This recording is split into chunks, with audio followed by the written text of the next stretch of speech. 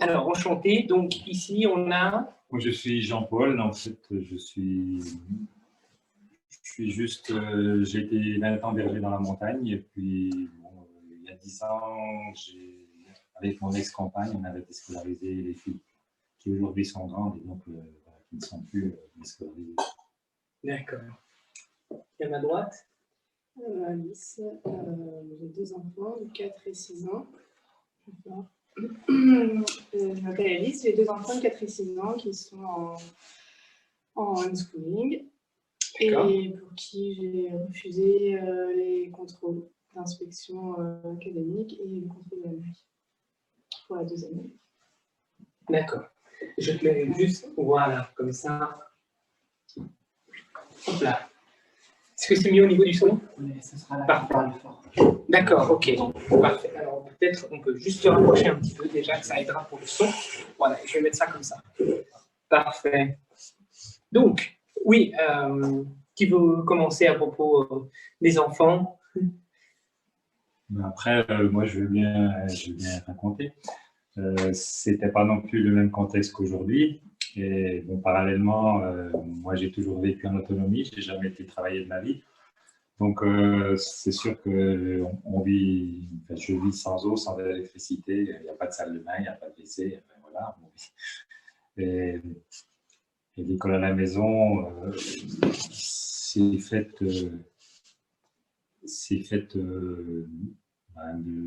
par une suite de circonstances, quoi. Disons que voilà, moi j'étais pas pour aller à l'école puisque bon, dès le départ j'ai vite compris que l'éducation nationale, comme son nom l'indique, c'est l'école de la nation, donc on y apprend surtout à être nationaliste, on y apprend à être ce qu'on veut qu'on soit, quoi. Et puis, bon, on a vite compris que si l'école avait rendu les gens intelligents, bah, on n'en serait pas là où on en est aujourd'hui, quoi. Parce que le monde d'aujourd'hui, bah, il n'a jamais été aussi idiot qu'aujourd'hui, quoi. Donc, ils sont tous allés à l'école. Donc, en tous les cas, ça ne les a pas rendus plus sages et plus réfléchis. Donc, en fait, la déscolarisation, bon, bah, j'ai un petit peu provoqué parce que moi, ce n'étaient pas mes enfants, donc ce n'était pas non plus facile. Donc, j'avais un peu sauté sur l'occasion qu'elles étaient en école maternelle quand j'ai rencontré mon ex. Et du coup, quand l'année est passée en cours préparatoire, eh ben, le côté ludique de la maternelle était terminé. Et donc, voilà, dès les premiers jours de la rentrée en CP, elle s'est pris une punition parce qu'elle discutait avec 3 copines où elle avait 3 phrases à écrire. À l'école, je dois faire mon travail, je ne dois pas bavarder, quoi. Donc, elle est rentrée un peu en pleurant le soir parce que ses 2 copines n'avaient pas eu la punition. Paraît-il que ses 2 copines avaient fait leur travail et pas elle. Et puis, elle avait vécu ça un peu comme une injustice. Donc, moi, j'ai sauté sur l'occasion pour dire que ce n'était pas vraiment un problème.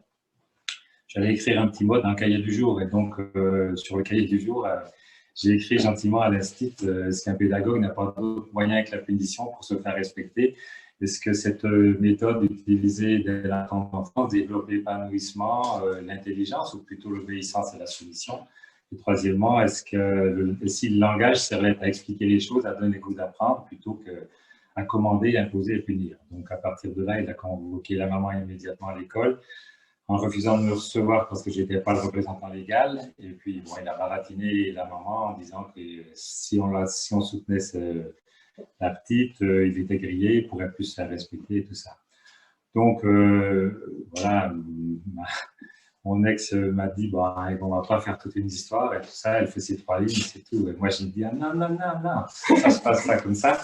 Donne-moi le cahier, là, je vais écrire un petit mot. Et donc, à la place de la punition, j'ai écrit élève en grève pour manifester son mécontentement envers l'autorité, comme toi l'instit lorsque tu fais grève contre l'autorité de l'État. Donc, soit tu reconnais que pour se faire respecter, il faut se rebeller, donc tu enseignes la rébellion, soit tu enseignes l'obéissance et donc tu obéis et tu arrêtes de faire grève. Donc, à partir de là, on était obligé de déscolariser parce que c'était plus possible du tout. D'accord, okay. Très intéressant comme histoire. Après, bon, bah, au bout de 5 ans d'école à la maison, l'aîné a voulu aller voir au collège ce qui se passait pour rencontrer des copines, je suppose. Donc, la deuxième, qui a 1 an et demi, était encore en primaire, normalement, donc elle ne voulait pas rester toute seule, elle a voulu aussi y aller.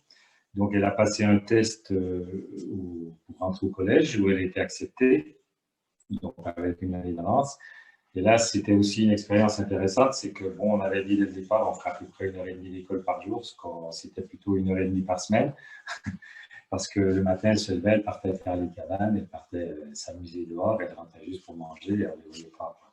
Donc, la surprise, c'est surtout que dès qu'elles sont arrivées à l'école, elles se sont retrouvées les premières de classe, alors qu'elles avaient, entre guillemets, rien foutu de scolaire, quoi. Donc, c'est quand même intéressant de voir que même sans rien faire, les enfants ont tout de suite un bon niveau, en fait, ils se débrouillent très bien, quoi. Et que peut-être le niveau qui est enseigné à l'école est beaucoup plus est surreprésenté dans l'imaginaire des gens comme étant un bon niveau, alors qu'en réalité, on se rend compte que le niveau est catastrophique et que l'école à la maison et l'enseignement de la vie est bien plus important et bien plus riche, et en plus donne des enfants qui sont très compétents.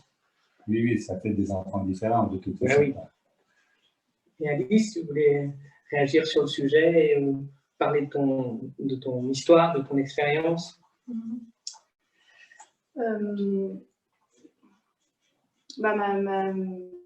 Ma quête de vie, c'est comment vivre le plus libre possible. Et pour ça, c'est vraiment retrouver son pouvoir, dont vous en avez parlé tout à l'heure.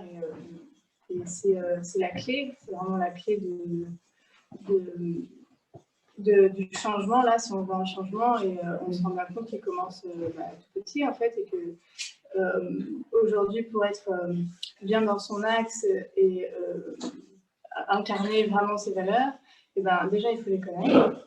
Et en fait, on se retrouve avec plein de gens qui, une fois que tu enlèves l'autorité d'un patron, l'autorité d'un mari ou d'une femme tyrannique, l'autorité de la mère, du père, de machin, tu vois, tu regardes dans le vide, là, tu te dis, en fait, je suis qui, je veux quoi, parce qu'on t'a jamais posé la question et qu'on t'a jamais appris à te poser la question. Et que, voilà, depuis que t'es petit, c'est simplement qu'on t'injecte des choses. Tu es assis là, et puis tu es complètement manipulable parce que tu es petit, et puis on t'injecte et on t'apprend dès 3 ans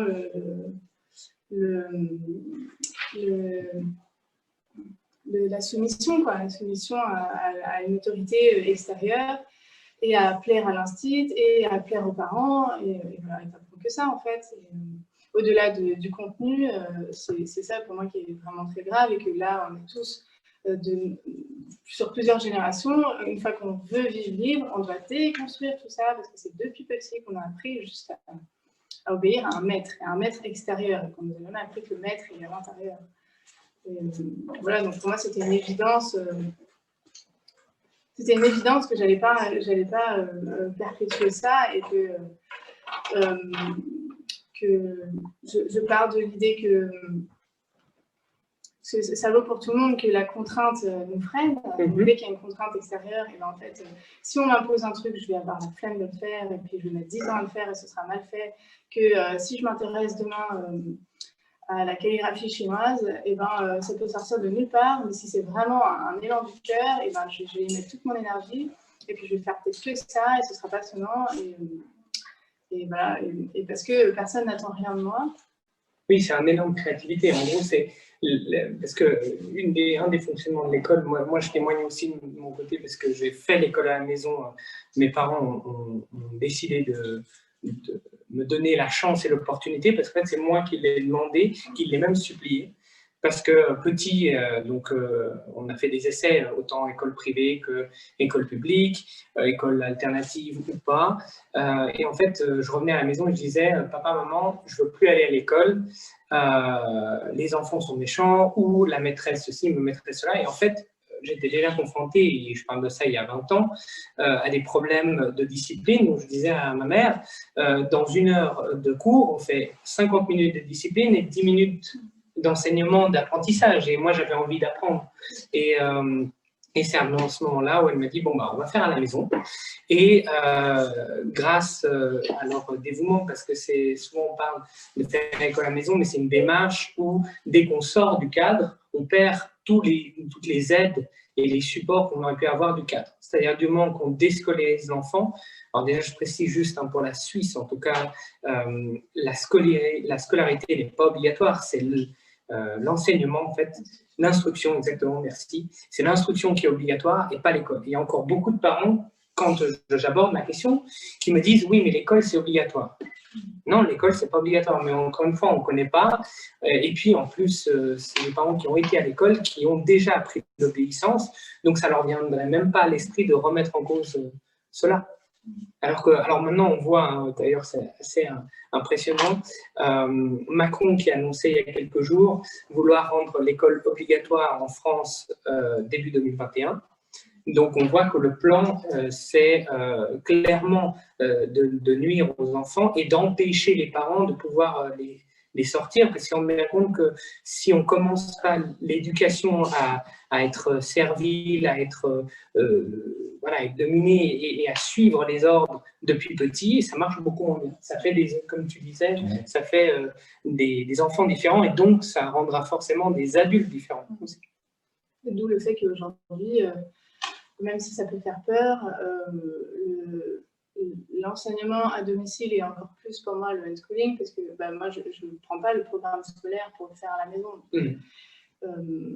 Au final, je connais pas mal de familles qui ont envie de ça, donc qui se disent, bon, je vais le faire à la maison, et puis quand même, il reste des peurs, ce qui est normal. Alors, je prends le programme scolaire, et puis finalement, ils se rendent compte que c'est eux qui deviennent cette autorité qui impose à son enfant de faire 1h30 de maths alors qu'il n'a pas envie, et qu'il voit ce que c'est de contraindre à ce point son enfant et qui passe doucement en homeschooling. Donc voilà, moi j'ai aucun programme et tout part de eux. Donc, et le plus jeune de 4 ans, il compte jusqu'à je sais pas combien, il compte absolument tout. Il sera en train de compter les carrelages, les filles, les machins.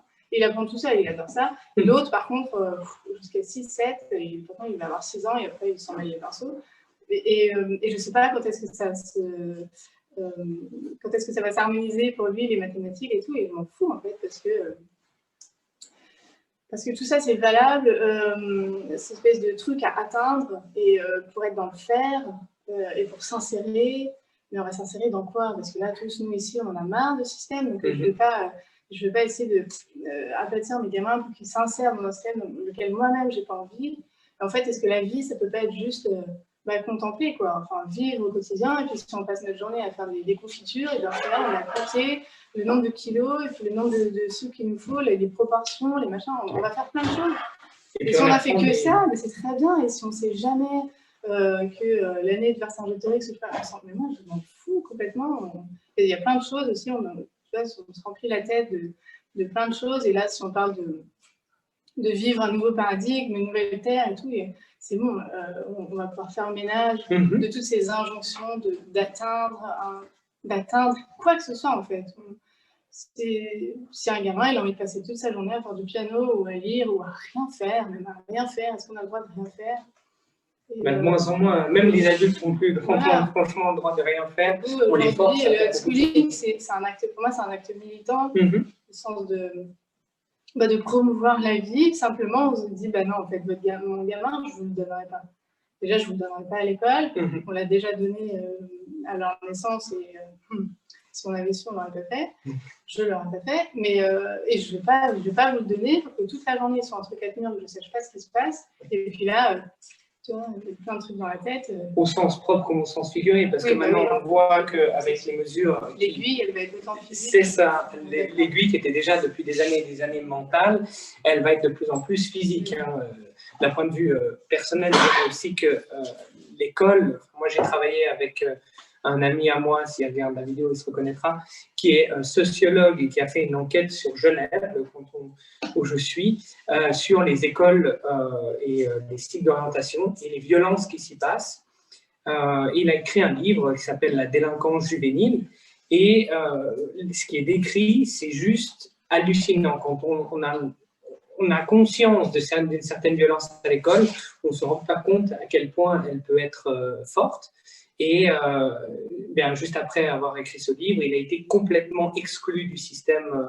Il travaillait en tant que chercheur et ils l'ont complètement exclu. Il s'est fait bannir, il s'est fait blacklister, comme on dit, parce que voilà, du moment qu'on parle de ce qui se passe à l'école, c'est déjà un sujet qui dérange. Et en plus, en matière d'école à la maison, souvent on donne des barèmes. Je sais qu'en France, ils sont assez stricts et ils sont très, comment dire, ils sont très sévères avec les parents qui font de l'homeschooling en leur disant oui, l'instruction est obligatoire, alors on va vérifier votre instruction.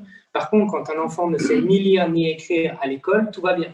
Parce qu'il est agréé, il est dans le système, ah ben tant pis, c'est faute, t'as pas de chance. Et le système suisse, par exemple, on a des taux d'illettrisme qui sont juste scandaleux à l'école, justement. Tu voulais rajouter quelque chose à propos de tout ça? L'illettrisme, moi, vu de ma montagne, je me dis, tiens, il y en a un nid à l'éducation nationale parce qu'ils ont lu comme moi que sur le masque, sur les boîtes de masque, c'était écrit que ça ne servait à rien, que ça ne protégeait pas des contaminations virales et des maladies infectieuses, et ils mettent le masque. Donc, à mon avis, je vois qu'ils ont lu, ils n'ont pas compris. Quoi. Ils n'ont pas compris, c'est la faute. Et après, à l'éducation nationale, il y en a un petit groupe qui passe ils font une petite formation débilitante pour devenir chef d'établissement. Et donc, je dis débilitante parce que à la fin, je vois bien qu'ils ont un petit retard mental parce qu'aujourd'hui, ces gens-là, ils font des flics bénévoles à l'entrée de l'école pour voir si les élèves ont une tenue républicaine. Et le retard, il est là, quoi. C'est-à-dire que la tenue républicaine, c'était avant, à l'époque, on était en République. C'est fini, on est en dictature. Mais ils ont un retard, quoi. Donc, je ne sais pas, les gens, ils devraient réagir. Ils devraient dire, on ne va pas envoyer nos enfants quand même chez des gens qui ont beaucoup de problèmes, quoi. Surtout que maintenant, on a beaucoup de témoignages, on a des dictées pendant l'école. Alors, qu'est-ce que vous pensez du Covid? Donc, il faut écrire, alors, il faut respecter les mesures de distanciation sociale, il faut porter le masque sur le nez, il faut correctement. Donc, même des parents qui essayent d'expliquer à leurs enfants, parce qu'il faut voir d'un point de vue enfant, moi je me souviens quand j'étais petit, si j'aurais vécu une situation comme ça et j'aurais été à l'école, je l'aurais très très très mal vécu parce que on n'est pas mature au point de pouvoir relativiser. En tant qu'adulte, on grandit et on a la capacité de réfléchir, de comprendre, de mettre en perspective, de prendre du recul, toutes des choses que les enfants n'ont pas encore forcément et vivent tout de plein fouet. Et ils vivent les émotions de manière très très forte. Donc, on leur impose, et là je voyais encore un témoignage récemment d'un enfant qui a refusé de porter le masque, on lui a imposé une punition d'écrire tant de fois « je dois porter le masque comme ci, comme ça », et les répercussions de ces enfants-là en tant qu'adultes, moi en tant que thérapeute, je ne peux que crier au scandale en disant « ces enfants-là vont avoir des troubles psychologiques graves en tant qu'adultes, dont il va être très difficile de se défaire. » Après, je reçois beaucoup de messages de parents et tout ça, et je me rends compte qu'il y en a plein qui ont envie et puis qu'il y a un pas à sauter. Donc, j'ai un travail, du travail, et comment on fait, comment on s'organise. Donc, moi, ma réponse, elle est toujours dans le groupe, au niveau local. Hein, c'est entre nous qu'il faut s'organiser. Je ne suis pas foncièrement contre l'école, c'est-à-dire contre un endroit où mes enfants pourraient aller en journée, parce que être avec eux 24h/24, c'est intense aussi. Et que je pense que c'est très bien qu'ils aient plein de référents et tout ça. Donc moi, je ne suis pas contre l'école. Quand on aura l'école de l'avenir, où ils apprendront vraiment comment ça marche, la vie aussi, comment on vit avec le cœur et comment on apprend des relations. Et voilà, je les enverrai à l'école avec plaisir. Et donc, c'est vrai qu'aujourd'hui, pour tous ces parents qui ont plus envie de vivre là-dedans et à mon sens, c'est vraiment essentiel aujourd'hui de préserver son enfant et de l'enlever, je veux dire, de l'école, de la République française. Enfin, c'est une aberration. Et en même temps, sans culpabiliser et puis sans paniquer, tout ça, c'est hyper dur de trouver son équilibre et comment on fait. Et l'invitation vraiment à s'organiser entre plusieurs familles, et à être désobéissant, donc quitte à créer son petit groupe, on s'en fout en fait, parce que c'est interdit d'instruire les enfants des autres. Donc j'avais déjà fait des vidéos là-dessus en m'intéressant aux parents, en disant mais en fait il faut aller jusqu'où là pour qu'on se mette à désobéir. Ça c'était en janvier ou février, c'était quand j'étais en Espagne. Il faut aller jusqu'où pour que à quel moment on est résistant et à quel moment on est collabo, parce qu'on est dans ce contexte aujourd'hui, hein, on ne va pas dire les mots, pas beaucoup, on ne peut pas dire, mais bon. Et ben, une annonce de Macron, et tac, des milliers de familles se mettent à dire moi je vais être désobéissant. Ah ben voilà, il fallait ça. Oui. Donc, moi je dis merci Emmanuel pour ta décision, parce que finalement les gens ils disent non, là tu touches pas à mon IEF. Quand même. Et là ça va être. Ça peut être un déclencheur. Oui, parce qu'on est quand même ça, il faut qu'on soit là, avec la brique qui nous tombe dessus pour dire attends. Parce que jusque-là, c'est difficile de se mettre en mouvement, parce qu'on est dans l'inertie, parce qu'on est hypnotisé. L'hypnose est quotidienne, elle est répétée, et donc c'est hyper dur de se mettre en mouvement. Et oui, clairement, pour tous celles et ceux qui souffrent au quotidien de cette organisation-là, on ne la souhaite pas à nos enfants, donc il faut réagir, il faut l'extraire, il faut vraiment les préserver, parce que ils sont hyper vulnérables à ce moment-là. Après, on voit combien c'est difficile de déconstruire. En tant qu'adulte, quand en tant qu'adulte, et même, voilà, tous ceux qui me disent quand même, tu désobéis pour 1 jour par an pour le contrôle, comme ça, tu aurais la paix. J'aurais quelle paix à l'intérieur de moi de me dire qu'un mec que je ne connais pas, qui n'a probablement même pas d'enfant, qui va venir me dire si j'accompagne bien mon enfant, quoi. Non, mais là, il y a un étranger qui rentre chez toi et qui te certifie si tu es une bonne mère ou pas. Dégage, en fait. Si tu veux, tu viens prendre. C'est toi qui disais dans ta vidéo, si tu veux, tu viens prendre le thé et tout, t'enlèves ton cartable, tu laisses ta rentrée. Et là, je veux bien, tu vas discuter, mais tu viens pas avec ton truc à cocher. Et en fait, les parents, ils se retrouvent dans la position de l'enfant avec le maître, de savoir s'ils ont une bonne note de parents, quoi. C'est ça. Non, mais mon enfant, je l'ai attendu, je l'ai espéré, je l'ai porté, je l'ai mis au monde et tout, et c'est toi qui vas venir me dire est-ce que j'ai assez de points pour être mère, quoi. Donc c'est une aberration. Et le travail, il est encore sur les parents, à se dire je me défais de cette autorité, je reprends mon pouvoir moi. Si je ne le fais pas moi, comment est-ce que mon enfant il va le faire? Et donc il y a une espèce de contradiction. On dit à l'enfant tu es en unschooling. Donc c'est l'apprentissage autonome. Donc tu es ta seule référence. Donc même le parent il est plus référent, mais par contre l'inspecteur envoyé par l'éducation nationale, il est au-dessus du parent. Le gamin, il comprend quoi? C'est incroyable. En gros, l'enfant est un peu, on va dire, propriété de l'État. Et donc, du coup, s'il n'est pas intégré dans une école agréée, à ce moment-là, en dehors, il doit être certifié par, encore une fois, un représentant de l'État. Mais je pense, en matière de solution, oui, il faut les dire quelque chose. Il ne faut pas non plus avoir peur, je vais rassurer les parents, parce que bon, nous, on n'a jamais fait les contrôles obligatoires. On a fini au tribunal, au juge pour enfants. Et puis, finalement, il y a eu un non-lieu, même si on vit complètement en marge. Voilà, donc, en fait, nous, on ne voulait pas se déplacer pour aller faire les contrôles. Et l'inspection d'académie ne voulait pas venir à la maison, puisqu'ils nous demandaient d'apporter les travaux des enfants. Et nous, on disait qu'on ne pouvait pas amener ni le jardin, ni la cabane, ni rien. Donc, on leur ouvrait la porte, quoi. Mais en fait, ils ne sont jamais venus et on a fini au tribunal. Et finalement, ça s'est très bien passé avec la magistrate qui avait pris chacune des filles une par une. Et puis après, elle nous a restitué ce que les filles ont dit, quoi. Voilà. En plus, moi, j'étais doublement poursuivi parce que dans l'affaire, j'étais devenu le père des filles. Et donc, l'inspecteur d'académie qui fait que des lettres de menaces tout le temps, hein, m'avait écrit qu'il m'enlevait l'autorisation d'instruire en famille qu'il m'avait donné à début de l'année. Moi, je lui avais fait un courrier en l'appelant par son prénom. Cher Roland, je lui avais marqué, je suis désolé, tu n'es pas le grand homme que tu espérais, tu n'es pas le grand décideur, tu es juste là pour accuser réception du fait qu'on a déscolarisé, quoi. Donc, excellent. Voilà. Et puis...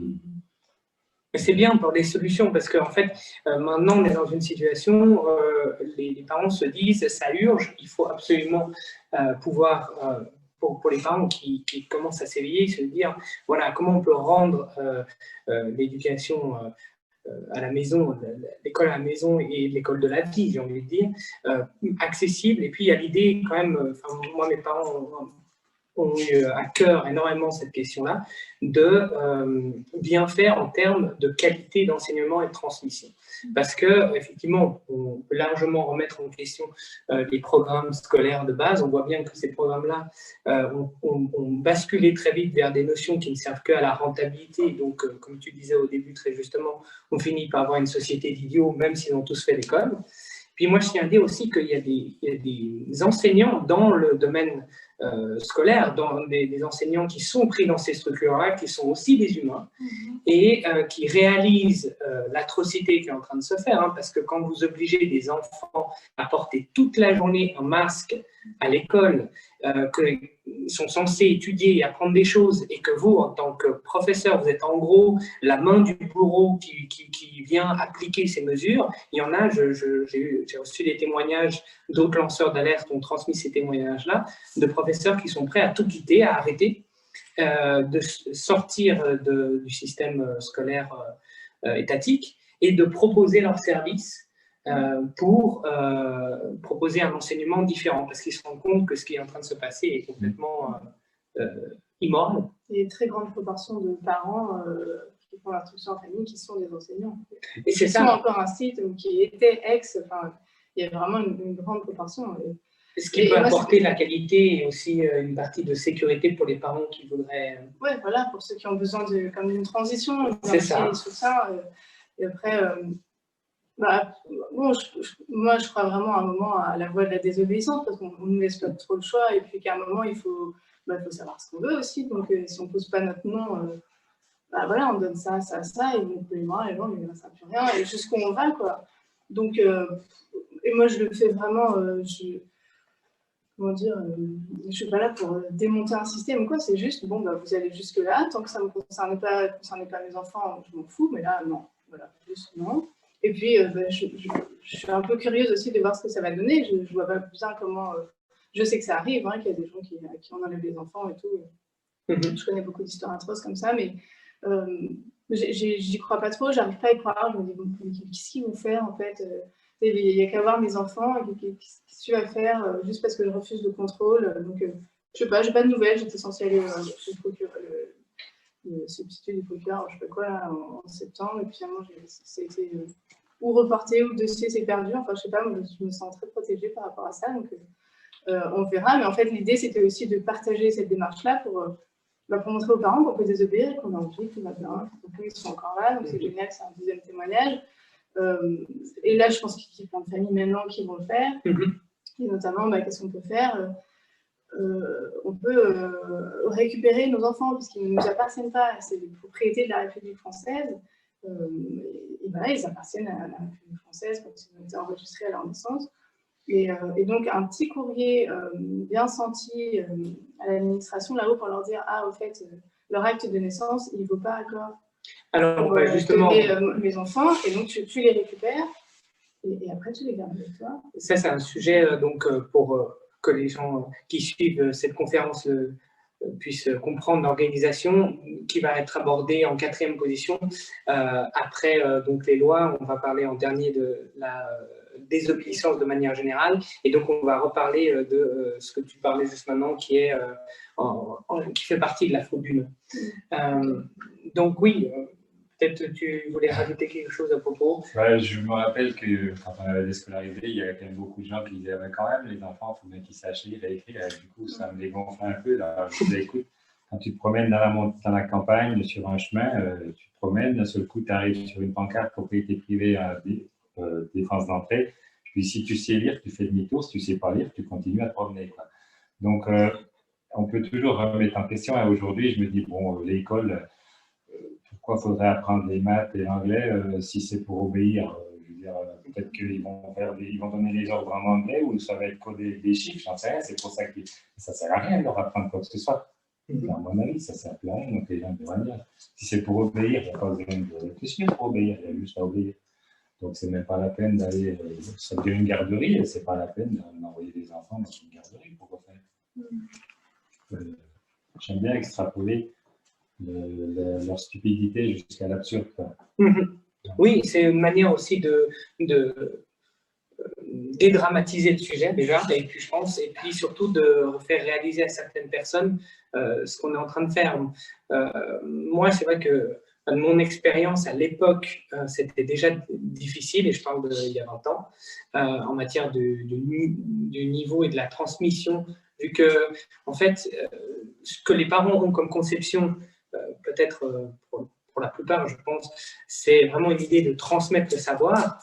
Or, là, ce qu'on est en train de leur transmettre, c'est des concepts opérationnels. Ça, c'est un peu les travaux de Franck Lepage, que j'aime beaucoup, qui expliquent en gros que c'est ce que les hommes politiques adorent utiliser, c'est des choses qui ne veulent rien dire, c'est des concepts opérationnels qu'on utilise pour parler pendant énormément de temps et ne rien dire. Et c'est très utilisé en politique, en finance, c'est utilisé dans plein de domaines de rentabilité. Et j'aimerais aussi rappeler que l'école a été construite au départ dans une optique de rendre l'individu prêt à l'usine. C'était à l'époque où il fallait avoir des travailleurs à l'usine. Donc, l'idée n'est absolument pas l'émancipation individuelle, n'est pas la découverte du monde, la vie, de pouvoir être libre, mais au contraire, de pouvoir être formaté et répondre à des standards et obéir. Tu apprends déjà la comparaison, tu apprends la validation extérieure. Exact. Voilà. Hier, je me suis fait à nouveau arrêter, enfin, à nouveau pour ceux qui me connaissent, à rond-point par des gendarmes, et ils me disaient, mais je ne comprends pas, madame, vous avez votre permis, il y a 12 points, pourquoi vous attirez des problèmes, on va vous enlever des points. Je dis, mais qui j'en ai à faire, toi, je ne suis pas là, mais tu vas me donner une image, tu vois, je vais compter mes points, tu es bloqué sur cette histoire de points, quoi. Je vais gagner des points, perdre des points, mais je m'en fous, moi, je suis dans mon camion, je roule, je vis ma vie, je ne suis pas là à chercher les points de la République française. Ah, j'ai gagné des points de la République. Et bah oui, mais ça, tu vois, ça s'apprend au fur et à mesure. Ça m'a vraiment, ça m'a sauté aux yeux. Donc, moi, dans mon courrier, je leur avais dit qu'ils pouvaient m'envoyer au coin, justement, ou me punir, tu vois, que voilà. Et dans leur courrier, bah, c'est marqué en gros, je veux dire, ils te donnent ton rendez-vous là, de contrôle, je sais pas quoi.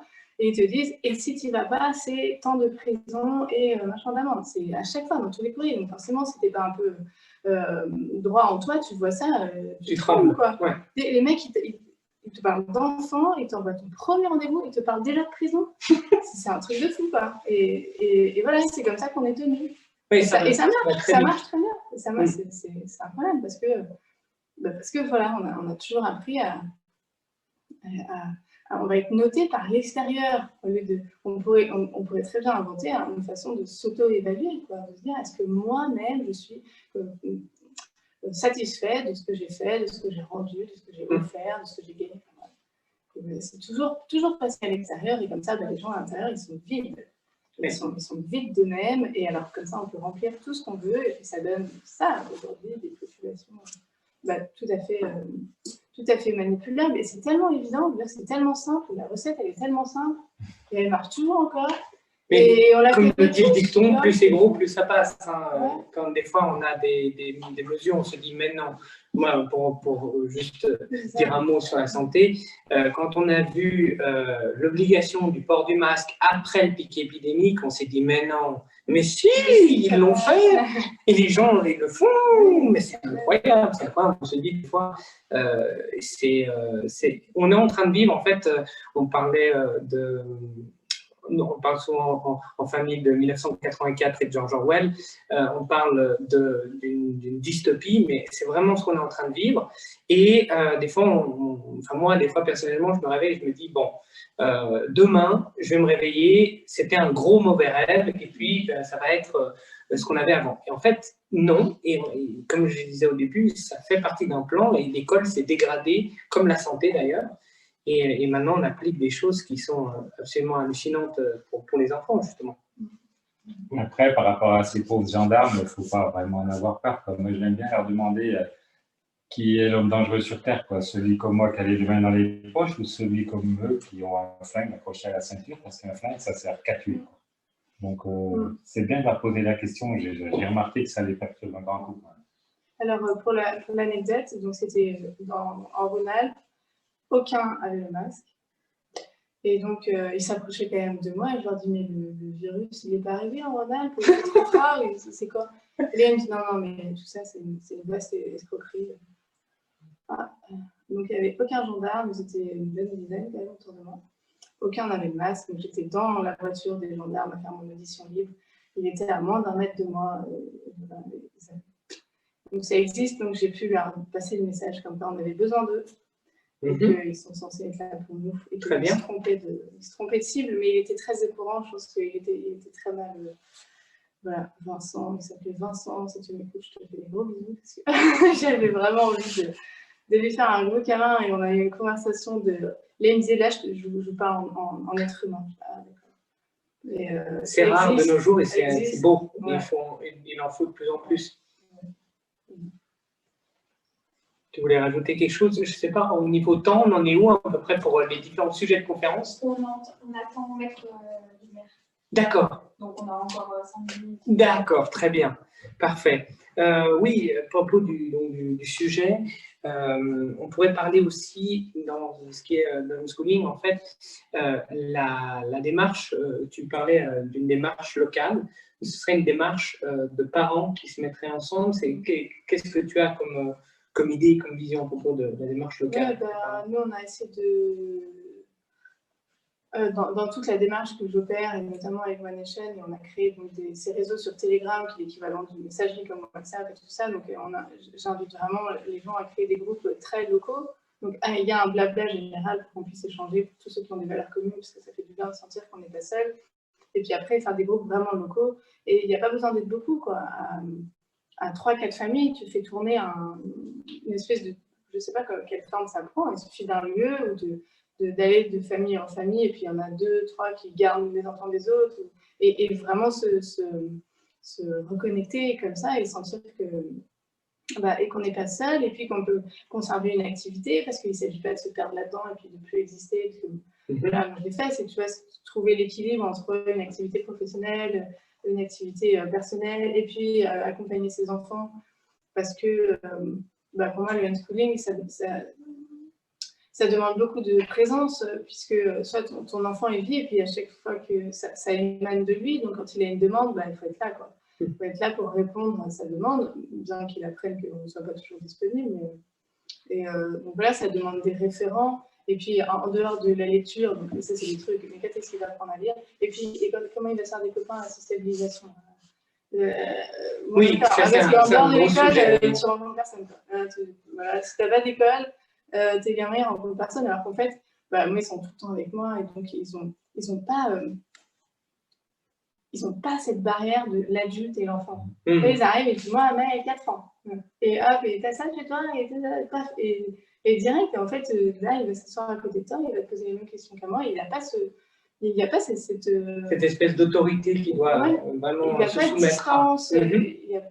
Et moi, je ne sais pas, je me souviens petite, j'ai vraiment mis du temps à me réconcilier avec l'adulte, entre guillemets, parce que c'est un peu le truc dangereux qui ne t'écoute pas vraiment, qui t'impose ces trucs. Moi, j'ai toujours jaugé les adultes en me disant on n'entend pas, quoi. Surtout que ça peut dépendre, ça dépend des cursus. Pour ceux qui ont fait des cursus scolaires, ça dépend de comment ça s'est passé. Il y en a, ça s'est terriblement passé à plus ou moins bien, il y a toutes les nuances. Mais moi, je vois, en tout cas petit, souvent on me faisait la réflexion, oui, mais alors comment tu fais pour côtoyer les enfants de ton âge? Et je tiens quand même à préciser que si on regarde dans l'histoire et qu'on prend des modèles d'éducation qui sont différents, quand on prenait des modèles d'éducation qui étaient plutôt à des échelles très locales, très petites, de tribus, un enfant était mélangé avec toutes les générations. Et c'est très important pour son apprentissage et pour qu'il puisse s'épanouir et grandir, d'avoir des contacts et des échanges avec énormément de générations. Et l'école, évidemment, dans un fonctionnement standardisé, a créé une structure qui, au contraire, met les enfants par classe et surtout par âge. Donc, on fixe des élèves par tranche d'âge, et pendant toute leur scolarité, qui est quand même un processus qui est long, ils vont côtoyer que des enfants de leur âge. Et on le sait très bien, en matière d'éducation, maintenant, on le sait depuis toujours, mais maintenant, c'est, on va dire, scientifiquement prouvé parce que dans le domaine des neurosciences, des chercheurs ont compris qu'on apprend grâce à l'envie, qu'en gros, c'est pas l'envie, mais c'est vraiment, comment dire, on apprend par intérêt. Voilà, c'est ça l'intérêt. Et donc, si on n'a pas d'intérêt, si on n'a pas de plaisir à apprendre quelque chose, on l'apprend très mal. Alors, je leur dis vraiment bravo. Toutes ces années d'études pour finir avec ça, n'importe qui a deux, trois bouts de bon sens a tout de suite réalisé que, même d'ailleurs dans sa même vie d'adulte, hein, on voit bien, si on essaie d'apprendre quelque chose qu'on déteste, on va très mal l'apprendre. Mais qu'est-ce qu'on apprend aux enfants? À faire du par cœur. Et le par cœur, on le sait très bien, hein, on fait les études, on apprend par cœur, on se bourre le crâne avant l'examen, on passe l'examen, 3 mois après, on a tout oublié. Parce que le but, c'est de passer un examen. Le but, c'est pas d'apprendre pour se développer et progresser. Donc, je remets aussi en question ce fait-là. Et moi, par exemple, petit, j'ai eu beaucoup plus d'affinité à communiquer avec des adultes. Parce qu'en fait, je communiquais avec des enfants de mon âge qui communiquaient plutôt par onomatopée, et moi, j'essayais d'avoir j'essayais d'avoir une communication avec eux, d'échanger. Et en fait, l'échange, il était au stade vraiment archaïque. Donc, je m'en suis très vite plaint. Et en fait, en faisant l'école à la maison et en côtoyant beaucoup de personnes de différents âges et différentes générations, et surtout des adultes, j'ai adoré parce que j'ai pu très vite développer ma curiosité, avoir des...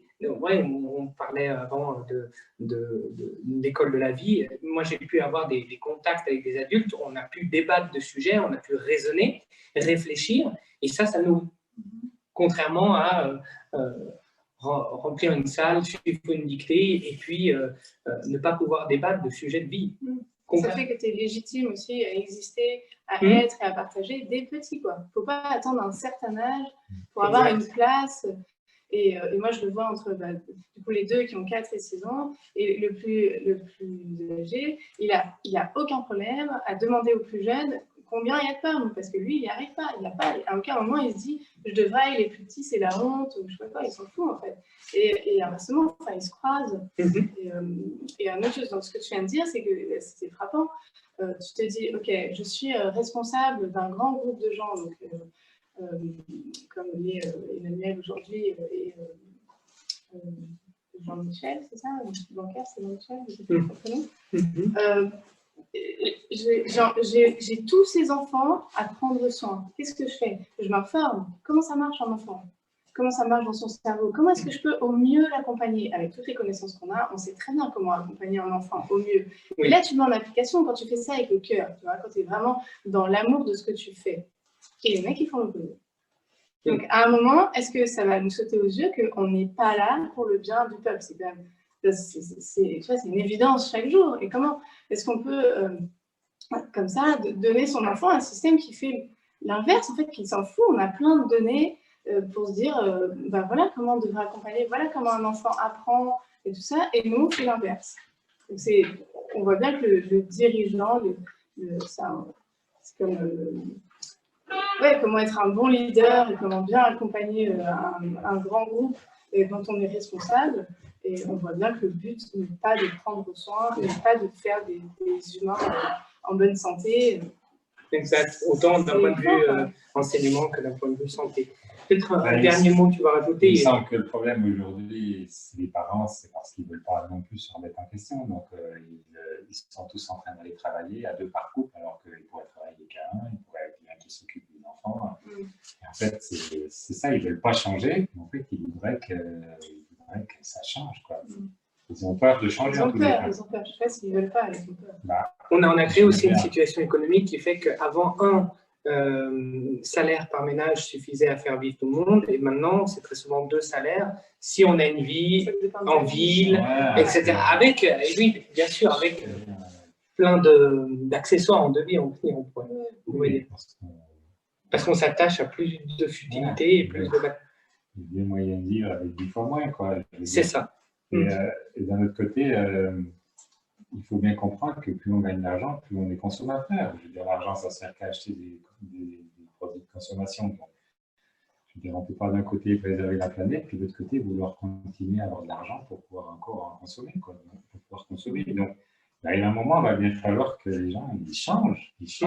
Donc, il faut qu'ils disent, voilà, pour le moment, ils préfèrent leur enfant qui est là, ils se rendent bien compte que c'est pas bien, tout ça, mais ils se disent, ils n'ont pas vraiment envie de diminuer leurs besoins, de diminuer.